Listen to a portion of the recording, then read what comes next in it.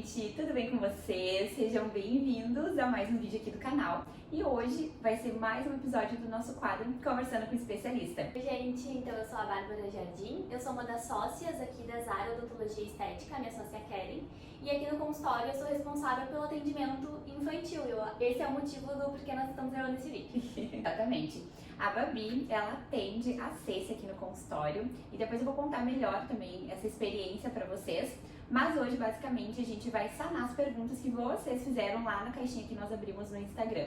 Então, para que vocês fiquem tranquilas quanto a quando levar o filho, né, a primeira vez no dentista. Enfim, foram várias dúvidas que vocês perguntaram e no decorrer desse vídeo a gente vai sanar todas elas para vocês. E aí, a Bárbara, a gente já tava aqui conversando. Essa primeira pergunta é uma pergunta polêmica, digamos assim, mas eu sei que é dúvida de muitas mães, então por isso que a gente resolveu trazer ela para cá também. Leite materno pode causar cárie? E por que é uma pergunta polêmica, né, Mai? Não porque a gente não tenha uma resposta ou porque tenha mais de uma resposta. Não, existe uma resposta certa, mas é porque antes, né, quando não se tinham estudos ainda, existia uma outra divulgação, outras instruções na área odontológica. Mas hoje, tá, baseados em evidência científica, a gente sabe, e também segundo a Organização Mundial da Saúde, que leite materno não dá cárie, não tem como uma criança ter cárie com aleitamento materno exclusivo. Sim. E isso é importante a gente falar, a parte exclusiva. Por quê? Porque se tem uma criança que ela mama no peito, mas ela também toma madeira, que tem fórmula, que tem Nescau, que tem açúcar, aí ela pode ter cárie. Sim. Mas não por causa do leite da mãe, e sim por causa desse complemento. Ao mesmo tempo que uma mãe que, além de amamentar, também já tá lá na introdução alimentar, né, Mari? Isso, come uma bolachinha, come um salgado, come, sei lá, qualquer outra coisa, né? Toma um refrigerante, toma um suco de caixinha. Então, a criança pode ter cárie mamando no peito, mas esse não é o motivo, porque o leite materno exclusivo não promove a doença cárie. É por isso, inclusive, que várias pediatras recomendam sempre que a partir dos 6 meses, mais os sinais de prontidão, quando a criança vai começar a introdução alimentar, a gente sempre opte, né, pelo alimento in natura. Então, quer dar uma laranja? Dá laranjinha, não dá o suco da laranja, porque quando a gente espreme, vira sucarose. E a sucarose pode causar cárie. Então, tem ainda, né, essas dúvidas. E antigamente também, que a Babi até comentou, eu já li artigos que dizem que a mãe lá quando tá amamentando à noite precisava limpar o dente do bebê. Então tudo isso ainda se tem, né? E tem profissionais ainda que trazem essas informações. Por isso que é importante a gente sempre estar com um profissional que realmente pesquise e que se atualize principalmente, porque a maternidade é isso, muda muita coisa, então a gente precisa estar sempre se atualizando. E a próxima pergunta, então, a partir de que idade é indicado levar a criança a primeira vez ao dentista? Sabem que é muito comum uma criança sair da maternidade e ela ir direto para o consultório odontológico de uma odontopediatra especialista. E eu vou falar por quê? Porque muitas crianças que têm a linguinha presa e elas têm então dificuldade de mamar, né? Sim. Elas precisam fazer o famoso pique, né? Ali no freio lingual, para que elas possam mamar. Então muitas crianças, muitos bebezinhos saem do hospital e vão direto para o consultório para fazer esse pique e aí ter um momento de aleitamento, enfim, mais tranquilo e eficiente, né? Sim. Então esse seria um ponto, né, de importância de entender que uma criança pode estar dentro do consultório odontológico desde muito, muito cedo.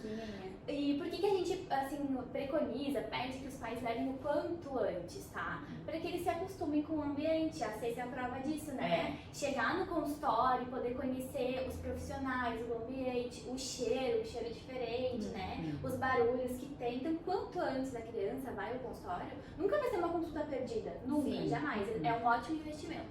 Agora, em questão, assim, de, quando que precisa para fazer algum procedimento, para ver mesmo o dentinho, a partir da erupção do primeiro dente. Então, quando ela começa, quando erupciona o primeiro dentinho, a partir, às vezes, até dos 6 meses de idade, isso não é uma regra, né? Sim, pode ser um pouquinho antes, pode ser um pouquinho depois, mas a partir da erupção do primeiro dentinho é quando a gente diz, não, agora tem que levar. Tem que levar pro dentista, olhar, poder instruir os pais, né? Não é dar uma olhadinha, o dentista não dá uma olhadinha. Mas é pra gente poder instruir os pais, sabe? Em relação a muitas coisas que vão, às vezes, até além ali do dente em boca, sabe? Então, quanto antes, melhor. É sempre essa a recomendação. E aproveitando, a gente já pode falar também sobre como que funciona normalmente a primeira consulta de atendimento de uma criança ao consultório, né? E eu costumo sempre passar um roteirinho pelo Instagram, pelo WhatsApp, onde a gente agenda, né? Para que os pais entendam o que vai ser feito nesse dia. Mas o mais importante que eu gosto de frisar é que esse dia é pra gente criar um vínculo. sabe? Pra que a criança conheça quem eu sou, porque a gente falou sobre isso, né? É muito estranho uma pessoa, do nada, começar a mexer na minha boca, né? A criança, tipo assim, ela tá acostumada a estar com a mamãe e o papai, ajudando na escovação. Aí vem um estranho colocando a mão na minha boca, fazendo um monte de coisa.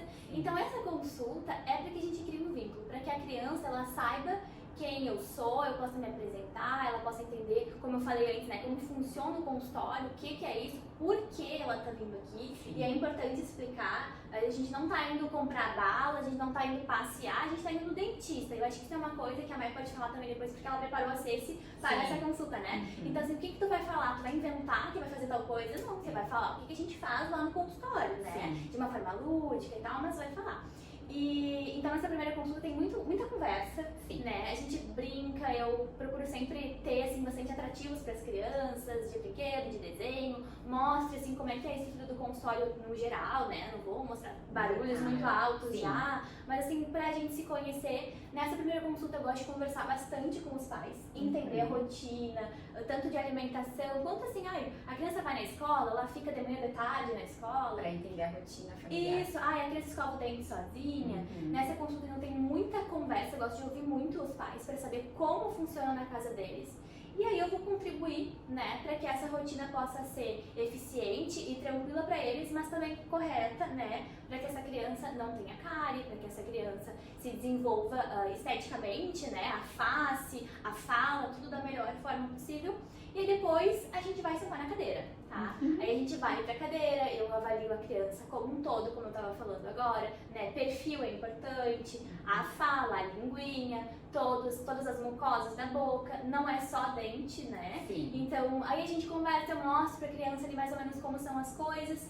E dependendo, né, de como for, se a criança for um pouco mais tranquila, de repente até um pouquinho maior, a gente já faz procedimentos, já faz escovação, já faz aplicação de flúor, tem muita instrução, né, aquele dia eu instruí bastante a Ceci em relação a como é a escovação, fio dental, chamo os pais junto para eles verem, fazerem junto. Então essa é a primeira consulta, normalmente não é uma consulta assim de vamos já restaurar um dente, já vamos arrancar um dente, já vamos fazer... Não, é uma consulta mais tranquila, eu prezo por isso, a não ser que seja uma emergência, alguma coisa assim, tá?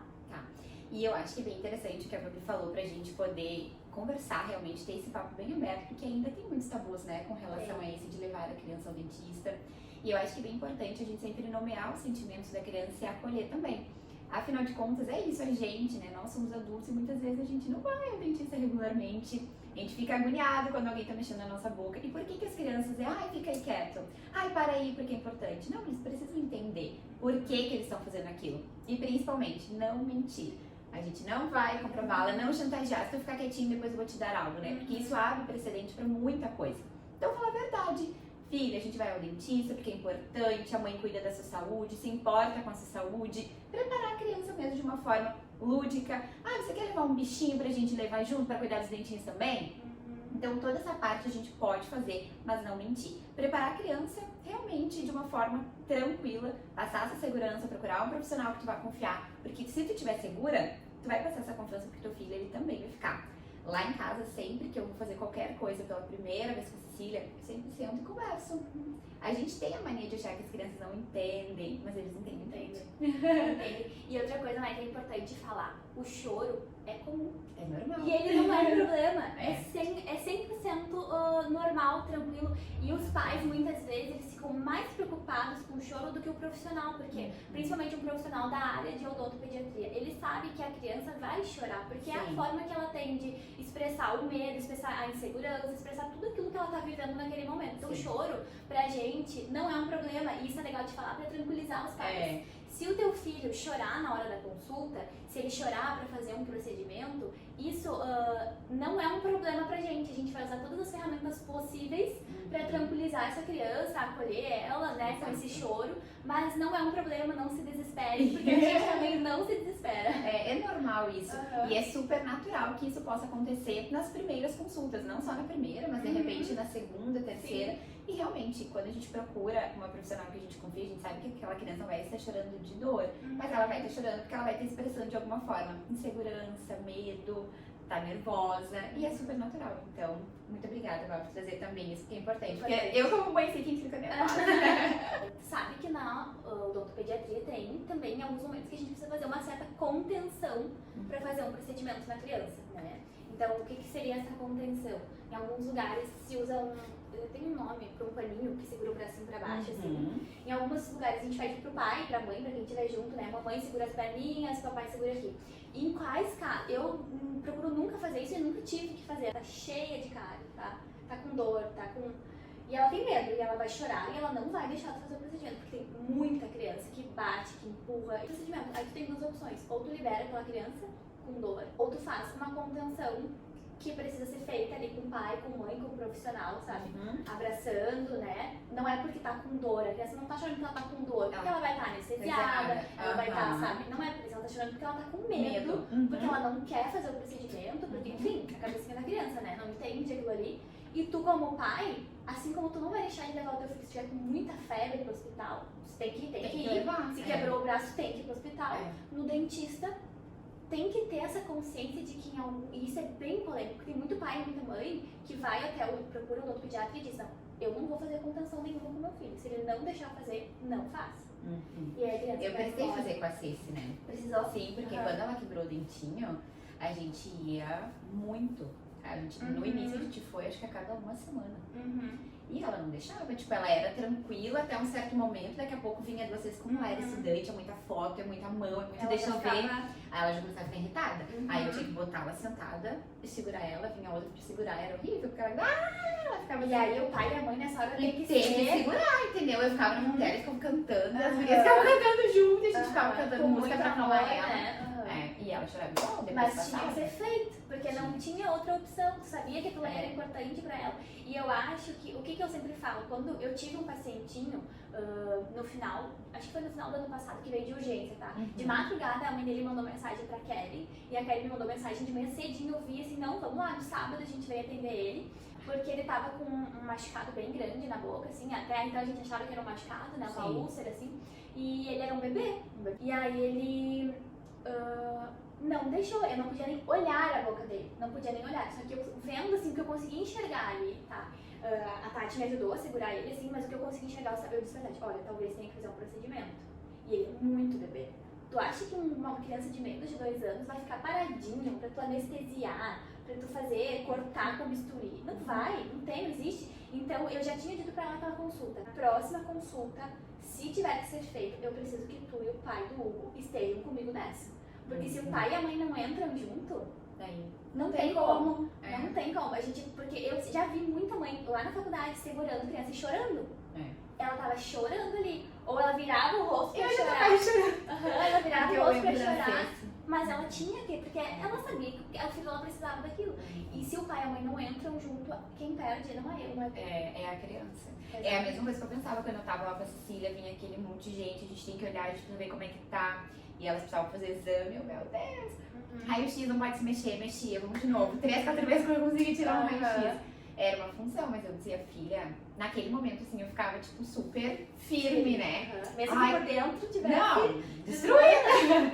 E aí quando eu chegava em casa eu desabava, né? Mas não faz parte, não adianta, tem que ser feito. Tem que ser feito. Então, assim, por isso que a gente fala, né? O choro é comum e ele vai acontecer em muitos momentos. Sim. Que nesse momento a saúde da criança ela tá em primeiro lugar. Sim. Né? Então, assim, aquilo ali tá prejudicando ela. Então, eu preciso tirar aquela coisa que tá incomodando. A criança não tem maturidade pra entender que precisa ser feito. E aí Exatamente. entra a responsabilidade Isso dos aí. pais. É que nem quando a gente pergunta, tu quer isso ou aquilo? A criança tem ali pra escolher, mas tu quer ir na escola ou não? Isso não é uma opção, entendeu? É um dever da criança na escola. E às vezes as pessoas acabam caindo nessa permissividade de confundir as E isso coisas. é um assunto legal também pra gente já linkar com, por exemplo, eu recebo muitos relatos de pais e mães falando que não conseguem escovar os dentes dos filhos. Não consigo escovar o dente do meu filho, ele não deixa eu escovar o dente do meu filho. Aí eu sempre pergunto assim, o filho não quer tomar banho, ele não toma? Não quer comer, Não quer comer, não come? Uhum. Não. Então, nesses momentos, a gente tem que ser um pouco mais firme, assim, no sentido de isso é saúde, isso não é, porque é uma prática diária que todo mundo tem que fazer. Não, é porque é saúde. Se não fizer, vai ter um problema, vai ter uma consequência. consequência. Sim. Então, eu tenho uma prima, assim, que mora longe e eu ajudo ela muito com as bebezinhas dela, ela tem 2. E ela me fala, olha, a Heloísa chora de se esgoelar toda vez que eu vou escovar o dente dela. E eu digo pra ela assim, um dia isso vai passar. Porque ela vai entender que isso é rotina, que pode chorar ou não tem que fazer, né? Sim. Então, mesmo que a criança chore, mesmo que ela não goste, o bebê, a gente tem técnicas, tá? Pra segurar, pra posicionar, a gente pode falar sobre esse outro momento, pra posicionar a criança, pra conseguir fazer uma escovação, e mesmo que tenha choro, vai ter que acontecer. E isso vai passar, isso vai melhorar. E algo interessante também, quando aconteceu a situação da Ceci perder o dentinho, né, que a gente ia bastante ao dentista com ela, e teve essas situações de, em alguns momentos, eu tenho que realmente segurá-la, se eu tivesse dito, não, parem tudo, vou levar minha filha embora, quando ela chegou aqui na Babi, talvez ela não tivesse tido o comportamento que ela teve, porque ela ficou assim, em casa, né, brincando, conversando. No primeiro dia ela já deixou a Babi abrir a boquinha dela, porque ela entendeu que é algo importante, que eu não tô fazendo mal pra ela, né, e a gente tem que entender que a gente não pode gerar um sentimento de culpa, porque a gente tá vendo a criança naquele momento, porque culpa é um sentimento que a gente tem, a gente vai gerar dor no outro, e eu nunca vou querer gerar dor na minha filha, nem vocês, né, nos filhos de vocês. Então, a gente tem que entender isso. O que é algo que, ok, a criança pode optar por escolher uma roupa, escolher algo para comer, mas não quando envolve saúde, quando é a obrigatoriedade dos pais terem essa responsabilidade. Vamos para a nossa próxima pergunta, então, que é sobre as escovas, né? Qual que é a melhor escova? A criança pode usar escova elétrica ou não? Enfim, explica para nós, Avi. Tá, então cada escova é indicada dependendo da idade da criança, tá? Quanto menorzinha a criança for, menorzinha tem que ser o cabo da escova, menorzinha tem que ser a cabeça da escova, tá? Mas o que a gente tem em comum em todas essas escolhas? Cerdas extra macias, sempre, tá? Uma escova que seja adequada à pega da criança. Tu vai enxergar assim, a criança pega, segura o cabinho da escova. Tá tapando todo o cabo da escova? Ou tá um cabo muito grande que fica uma mãozinha minúscula lá. Então tu olha ali no cabo da escova e tu vai saber, isso aqui é muito grande pro meu filho, isso aqui é muito pequeno, ele consegue segurar, tá? Então não tem assim, claro que existem marcas que são melhores. Eu não vou indicar marcas aqui, nas consultas a gente sempre conversa sobre isso, eu digo quais são as minhas preferências, tá? Mas existem marcas que são melhores, mas no geral o que eu sempre digo é isso. Que seja uma escova compatível com o tamanho do teu filho, que sejam cerdas extra macias, porque isso vale para adulto também, né? A gente tem aquela coisa de pensar que quanto mais duro, mais limpa. Eu tinha essa ideia. É muito comum, muitas pessoas pensam isso, tá tão molinho, parece que não tá limpando. Não, mas quanto mais macia, melhor, tá? E sobre a escova elétrica, a criança pode usar, sim, escova elétrica, tá? Em muitos momentos até ajuda bastante, porque assim, criança não tem muita capacidade motora, tá? Sim. Às vezes ela não consegue, assim, virar para um lado, virar para o outro, ter a consciência de que tem que fazer aquele movimento.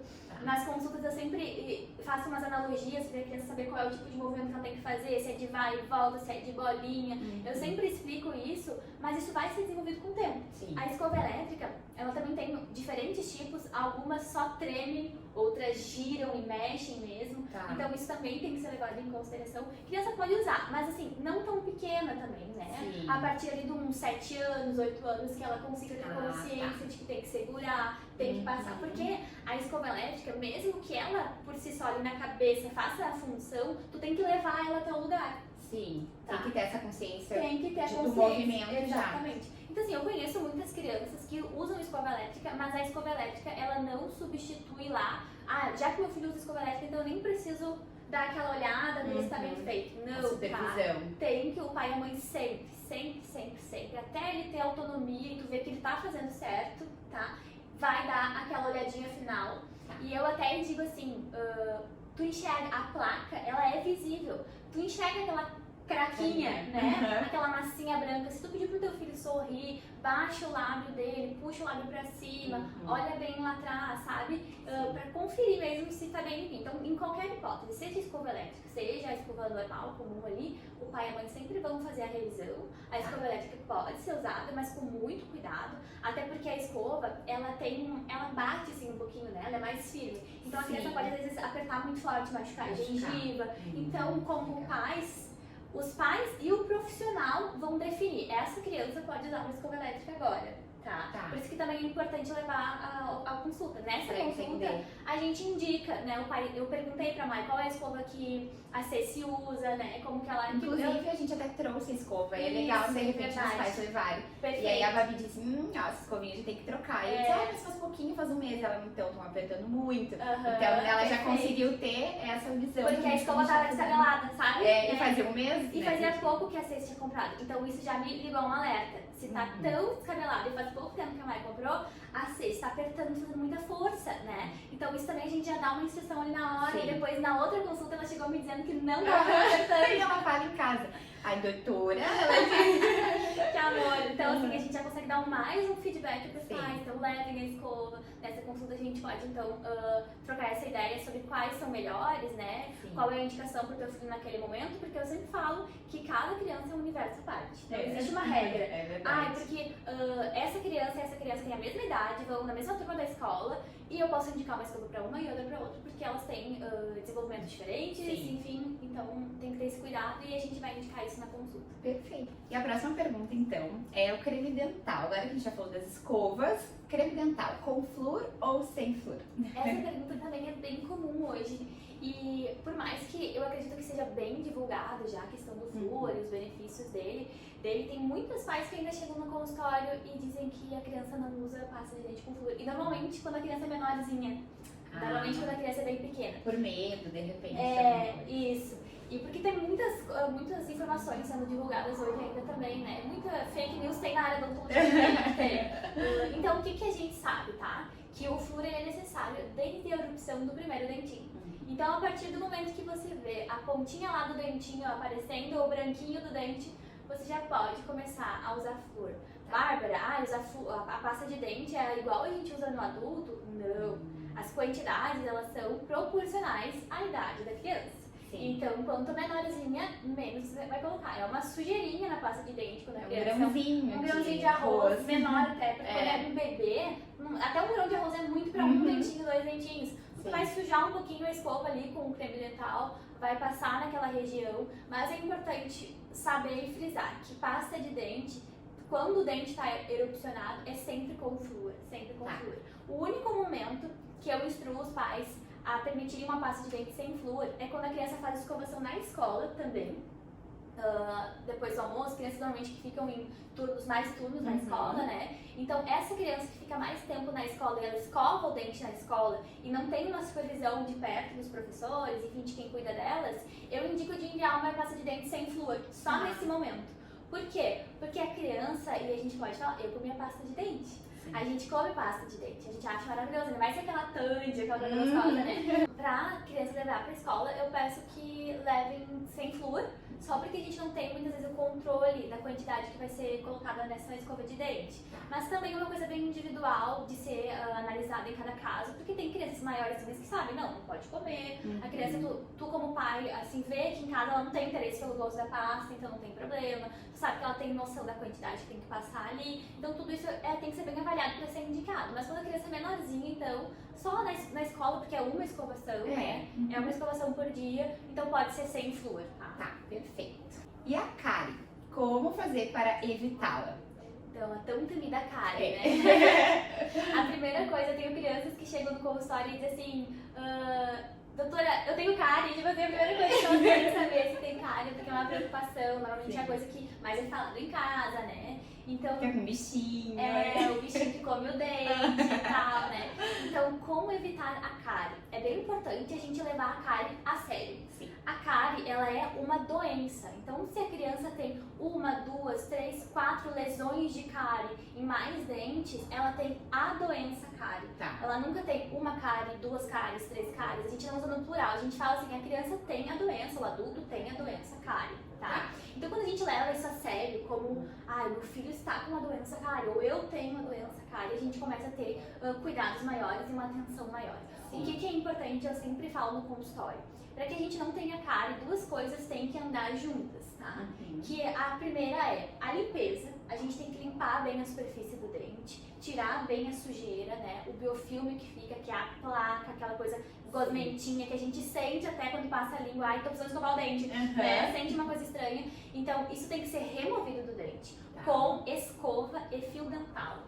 Essas É duas isso. coisas. É assim que se remove a sujeira do dente, escova e fio dental. Ah, eu posso usar um enxaguante bucal? Pode, mas não é para remover sujeira, tá? E a criança também, ela não precisa do enxaguante bucal. Tá. Ela só precisa da escova e do fio dental. Só da escova e do fio dental. Bom, Inclusive, eu acho que até não veio nenhuma pergunta com relação ao enxaguante. E eu tinha essa dúvida de se eu podia usar na sessão ou não. Então, na verdade, não é. não precisa, Importante. e nenhum adulto não precisa do enxaguante bucal. Tirando lá um Periogard, que é um medicamento que é indicado em alguns casos para alguns tratamentos, Tá. mas a gente não precisa de enxaguante bucal, tá? A gente precisa remover a sujeira do nosso dente e precisa de flúor, tá? Então, assim, a pasta de dente, escova de dente e fio dental são um trio perfeito. Tu não precisa de nada além disso. Tu pode complementar para ter um bom hálito, né? Para ter aquela sensação de limpeza. Pode, mas você não precisa disso. Tá. Então, em alguns casos, algumas pessoas que têm um mau hálito um pouco maior, por problemas, enfim, de estômago e tudo mais, a gente até indica, né, de Sim. usar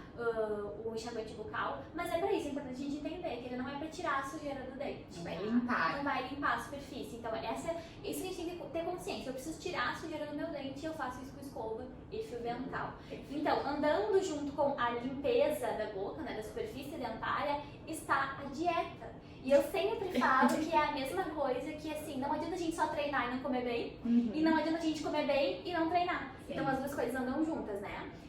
Pra higiene, pra que a gente não tenha cárie, as duas coisas têm que andar 100% juntas. Então a minha dieta, ela não pode ser muito cariogênica, que é com um monte de sacarose, um monte de açúcar, né? Então não adianta, por exemplo, eu escovar meu dente 5 vezes por dia, se eu passo o tempo inteiro beliscando, comendo um chocolatinho, comendo uma bolachinha, tu tá o tempo inteiro fazendo com que a superfície dentária fique suscetível à cárie por causa daquilo que tu come. Então tem que ter um equilíbrio entre as duas coisas. Sim. Por isso que a gente sempre fala, e também é uma indicação da Organização Mundial da Saúde, que até os 2 anos de idade a criança não tenha nenhum contato com açúcar, né? Então a gente também preza muito por isso, e que a partir disso seja uma coisa equilibrada. Eu não sou radical, eu sempre falo no consultório porque eu entendo pai e mãe, eu já fui criança, eu sei como funciona na minha família, né? Eu sei que não tem, claro que muitas famílias conseguem, por ser um estilo de vida diferente, de realmente assim, não ter açúcar, não ter refrigerante, mas no geral a gente come. Sim, Tem o nosso sim. armário, tem a nossa rotina. Então, como inserir isso de forma tranquila? Façam Exato. combinados, né? Combinados assim, durante a semana a gente não toma refrigerante, só final de semana. E final de semana é um copinho, meio copinho, enfim, combinados com os pais, né? E vai ser na refeição, não vai ser o dia inteiro lá tomando golinho, tomando golinho, tá? Porque isso que é o pior, as beliscadas. Então, não precisa ser radical. Aí o meu filho nunca vai comer nada com açúcar, Sim. o meu filho nunca vai tomar um refrigerante. Se você optar por isso, nós respeitamos, eu entendo, mas, né, tem como fazer isso. De uma forma equilibrada. Isso, até porque a criança, ela tá o tempo inteiro exposta àquilo, né? A gente sabe que ela vai pra escola comer uma bolacha recheada, ela pode, mas ela não vai pegar o pacote, vai deixar lá em cima e ela vai comer um pedacinho. Aí ela vai, faz alguma coisa, brinca, volta, come mais um pouquinho. Quer comer, meu filho? Vai ser combinado que vai comer no final de semana, ou vai comer 2 vezes na semana, pode levar uma bolacha, não sei o quê, mas vai sentar e vai comer aquilo ali naquela hora, terminou, passa ali uns 15 minutos, vai lá e escova o dente e tá tudo certo. Ai, legal. Tá? Mas assim, quanto menos melhor, isso é Sim. óbvio, né? E a gente tenta adequando a rotina de cada família.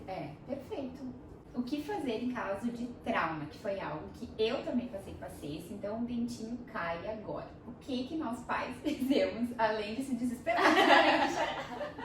Bom, o que é muito importante, e eu já deixo de cara, que cada pai e mãe tenha o contato de um dentista, Sim. né? Que vocês saibam assim pra onde correr. Vocês têm o contato do pediatra da criança, né? Vocês Sim. sabem se acontecer alguma coisa, eu ligo pra esse lugar aqui, esse é o número de emergência.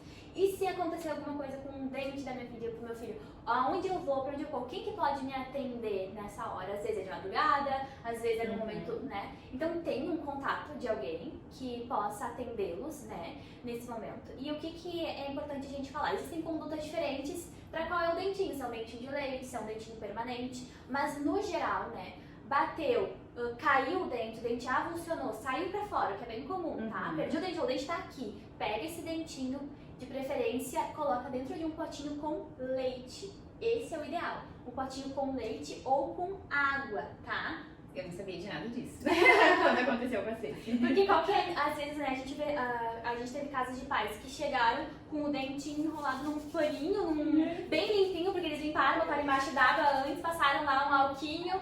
E aí, se é um dente permanente, que é um dente que a gente vai tentar colocar no lugar de novo e torcer lá, fazer todos os procedimentos possíveis para que esse dente ele fixe de novo no alvéolo, no lugarzinho dele, ele tem que estar o mais original como ele era possível, tá? Inclusive com sangue, inclusive com tudo isso, tá? E se for fazer a higienização de alguma forma, se tiver que limpar alguma coisa, quem limpa é o profissional. Você não limpa o dente em casa, não passa paninho, não limpa com nenhum produto, não bota embaixo d'água, você pega o dentinho, bota num potinho, pode ser de plástico, pode ser o potinho que tiver, de preferência, número 1, com leite. Tá. Se não tiver leite, bota o potinho com água, tá? Meu Deus do céu. O que você fez? Eu tô curiosa pra saber o que O dentinho às vezes no chão, eu olhei na hora. Coloquei, né, embaixo da torneira. Não lembro no que eu levei, provavelmente foi no guardanapo. Pega o guardanapo de ele e volta embora pro Mas da Ceci era um dente de leite, sim. então não tem tanto problema, na verdade não tem problema nenhum, porque o dente não vai ser reimplantado lá dentro, tá? E eu já posso dizer pra vocês por que a gente não faz e não coloca o dente de leite no lugar de novo. Porque quando a gente coloca e a gente pressiona lá a raiz do dentinho de leite que a gente tá empurrando, pode bater lá dentro onde tá o permanente, pode causar alguma lesão, enfim, algum trauma no dentinho permanente que vai vir depois. Então por isso ele não é reimplantado como se fosse um permanente. Então o de leite a conduta é diferente, às vezes a gente vai usar a partezinha de fora, só por causa de estética, tá? Mas também é importante, como o pai e a mãe às vezes no desespero não vão saber se é um dente de leite, se é um dente permanente, já, por regra, não limpa o dente, não passa pano, não faz nada, não bota álcool, não faz nada disso, pega o dentinho, bota um potinho com leite e leva até o teu dentista, enfim, que tenha contato. Sim. E isso é importante também, porque quando caiu, né, o dentinho da Ceci, quando ela caiu no chão, ela tinha aproximadamente uns 9, 10 meses. E a gente não tinha contato de um dentista.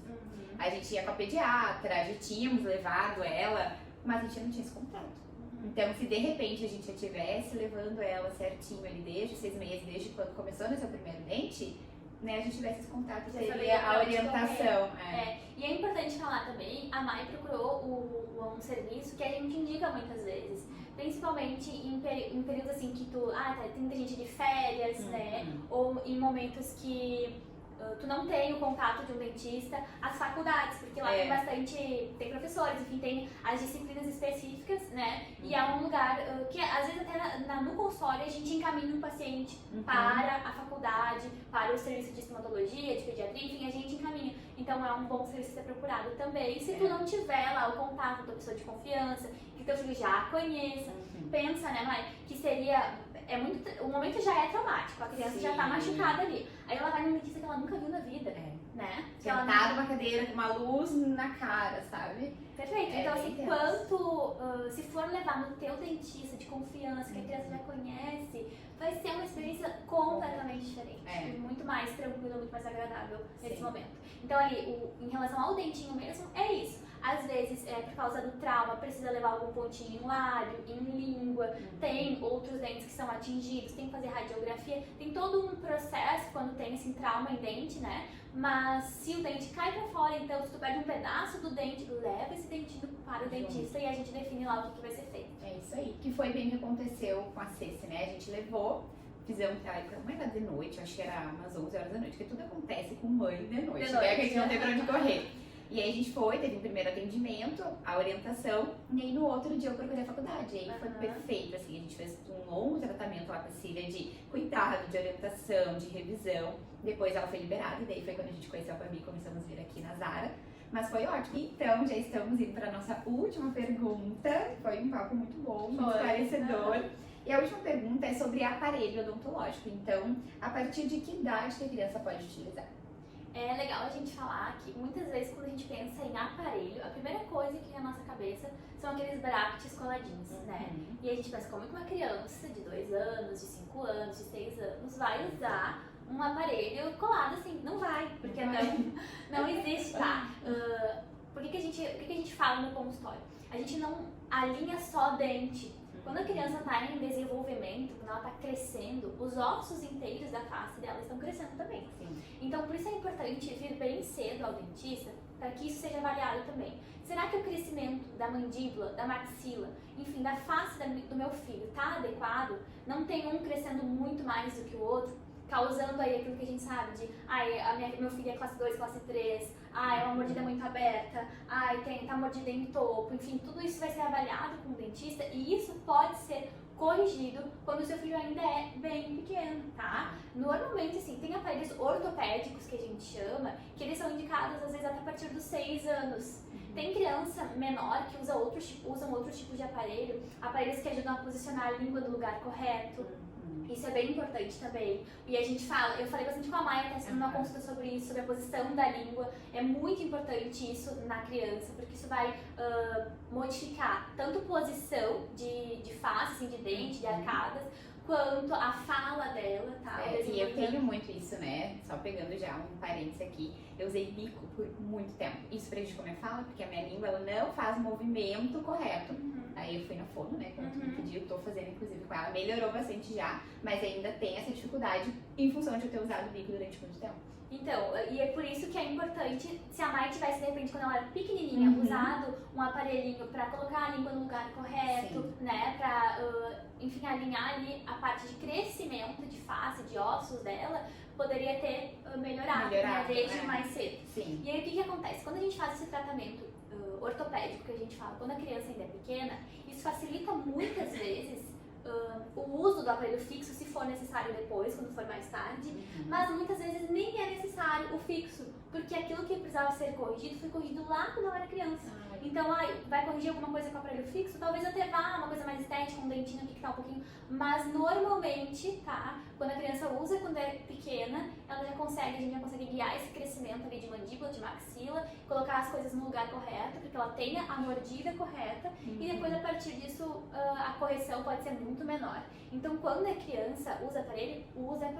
Muitas vezes, na maioria delas, não são os aparelhos que talvez vocês conheçam, existem muitos tipos de aparelho, de aparelhos funcionais, tá? Ortopédicos, diversos tipos.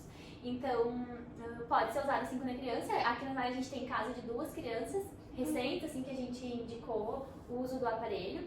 E aí, é bem importante a gente falar. A gente indica muito, mas muitos não usam. Porque os pais não acham importante. Mas é só um dente de leite. Não vou corrigir os dentes do meu filho agora porque são dentes de leite. Porque às vezes a gente coloca o aparelho e ainda tem dente de leite na boca, tem 2 só permanentes, tem dente de leite. Mas por quê? O que é importante falar? Porque é para guiar crescimento de ossos mesmo. Para que isso possa ser facilitado depois em relação ao perfil, a mordida, a posição de dentes, tá? De repente nós, como pais, a gente pensa ali na questão estética só. Né? E não consegue olhar essa parte mais técnica. Meu filho nem se importa. Tem crianças que, eu vou fazer uns exemplos aqui pra gente entender, tá? Tem crianças que tem o queixinho bem pra frente e quando fecha assim, o dentinho de cima tá fechando pra trás e o de baixo. Mas o meu filho não se importa com isso. Mas não é por estética, é por função. A nossa mordida não foi feita pra ser assim. A nossa mordida tem que ser aquela panela com tampa de panela. Se não tá desse jeito, então a gente tem que corrigir. Bom, se isso aconteceu, provavelmente algum lugar cresceu muito ou algum lugar cresceu pouco. Então a gente tem que estimular o crescimento daquele lugar que tá crescendo pouco pra poder encaixar as coisas do jeito certo. E aí entra o aparelho. Às vezes a mordida cruzada, né? Quando fecha assim, tu percebe que os de cima, lá atrás, até às vezes, estão fechando pra dentro dos de baixo. Isso tem que ser corrigido. E tudo isso é avaliado na primeira consulta com o dentista. A gente já consegue olhar e dizer, isso aqui cresceu muito, ou isso aqui cresceu pouco. E aí fazer a indicação do aparelho. É bem importante. E claro, daí depois adolescente, às vezes a partir dos 11 anos, 13 anos, dá pra colocar o aparelho fixo, né?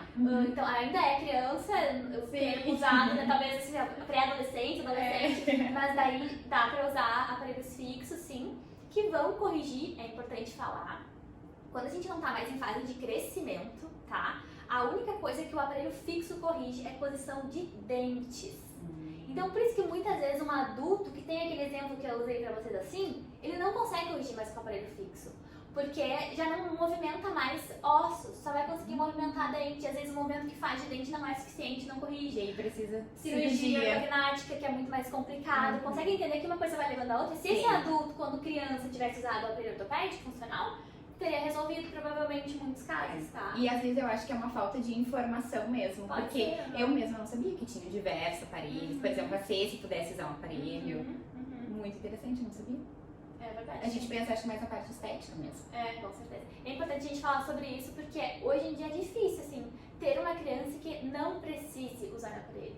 E o que é importante falar também, tá? Uma criança muito pequena, dificilmente a gente vai indicar um aparelho porque ela está se desenvolvendo, ela está crescendo, ela ainda tem tempo de que isso se corrija sozinho. Tá? Então não é sempre, uma criança de 2, 3, 4 anos, muito difícil, muito mais pra posição de língua, essas coisas assim, a gente vai indicar fono e tal, mas não pra corrigir alguma coisa ainda, porque é muito cedo, a gente espera normalmente a troca do primeiro dentinho permanente, tá? Porque ainda tem chance de corrigir sozinho, a gente fica muito na expectativa de que corrija sozinho, tá? E aí a gente diz assim, eu tenho pacientes também que eu digo, nós estamos em acompanhamento. A gente tem até tal ano, até ele ter tal idade, pra ver se isso aqui se corrige sozinho. Ai, legal de tu falar isso também. Então pode se corrigir sozinho. As mordidas cruzadas, as mordidas abertas, as mordidas em toco, essas coisas podem ser corrigidas, irem se corrigindo sozinha. Em muitos casos se corrigem, mas em outros, muitos casos também não, e a gente tem que intervir. Então, por isso que o profissional tem que ser consultado. Então, tá bom. Finalizando aqui, então, o nosso bate-papo. Muito obrigada pela disponibilidade, nós amamos. Com certeza vai ser muito válido para todas nós mães, inclusive para mim aqui já foi bastante. Quero aproveitar e pedir pro pessoal já se inscrever no canal, porque a gente vai ter outros bate-papos assim. E vou passar novamente a palavra para a Babi, para ela convidá-los a vir conhecer aqui a Zara também. Então, gente, é um prazer poder conversar com vocês, passar então um pouco da minha experiência clínica também, né? Trocar figurinhas, porque eu gosto muito de entender a realidade dos pais, né? Eu sei que não é tudo assim, tão simples quanto a gente, tão bonito, colorido quando a gente fala aqui. Então, é um prazer poder acolhê-los, ouvi-los, recebê-los no meu consultório, né? Entender a realidade de cada criança. Cada criança, pra mim, é especial, é um universo à parte. Então, eu quero convidar vocês, né, se não conhecem ainda o nosso consultório, para convidar vocês, então, se ainda não conhecem o nosso perfil no Instagram, para nos seguirem lá. A Mai vai colocar aqui para aparecer, né? Vou colocar na caixinha aqui de informações também. Isso, perfeito. Vocês poderem nos seguir e acompanhar o nosso trabalho lá. A gente posta bastante coisa, bastante foto, bastante informações também, né? Então eu agradeço muito pelo convite, aquelas mães que mandaram as perguntas lá na caixinha, a gente ficou muito feliz, né? Isso é bem importante, a gente pode colocar outros momentos sobre outros assuntos, né? Alguns temas específicos pra gente ir respondendo. Comentem aqui o que vocês acharam. Inclusive já coloquem aqui. Isso, nos contem, né? Experiências, enfim, a gente gosta de ouvi-los também. Então é isso, um prazer. Então tá, gente, muito obrigada, um super beijo e até o próximo vídeo.